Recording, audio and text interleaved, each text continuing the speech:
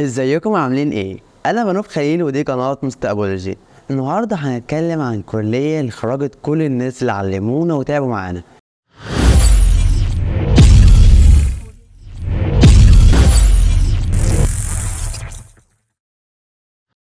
هي كلية المدرسين. انت عايز اقول لك حاجة، الموضوع بس مش مدرسين، كتير جدا بيدخل كلية تربية بس لغات ويشتغل في حاجات ليها علاقة بالترجمة وحاجات ليها علاقة بمجلات ألسن. فبالتالي كلية التربية مش مربوطة بس بالتدريس أو إنك تبقى مدرس، في مجالات كتيرة جدا داخل الأقسام تقدر تشتغل فيها. الموضوع معتمد أكتر على مهاراتك، فمتربطش كلية تربية إنها للتدريس بس. تعالوا نتكلم عن كلية التربية. كلية التربية بتاخد من أدبي وعلم علوم وعلم رياضة، لكن كل واحد فيهم يقدر يدخل أقسام غير التاني.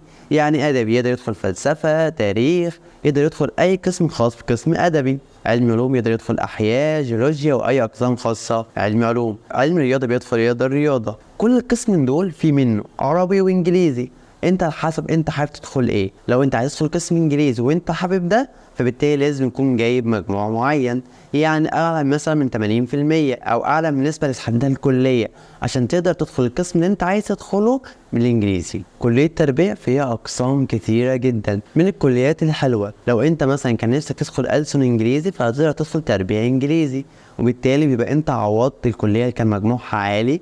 كلية تربية. كلية تربية بتاخد أجزاء كبيرة تربوية، إنك إزاي تتعامل مع الناس اللي قدامك، وده جزء مهم جدا في حياتك، إنك إزاي تشرح قدام ناس، إزاي تتعامل مع ناس أو سن معين. كلية التربية من الكليات العريقة جدا. لو عايز تعرف أكتر عنها أو تسألني أي سؤال عنها، اسألني في كومنت وأنا هجاوب عليك. متنساش تعمل سبسكرايب وتفعل الجرس.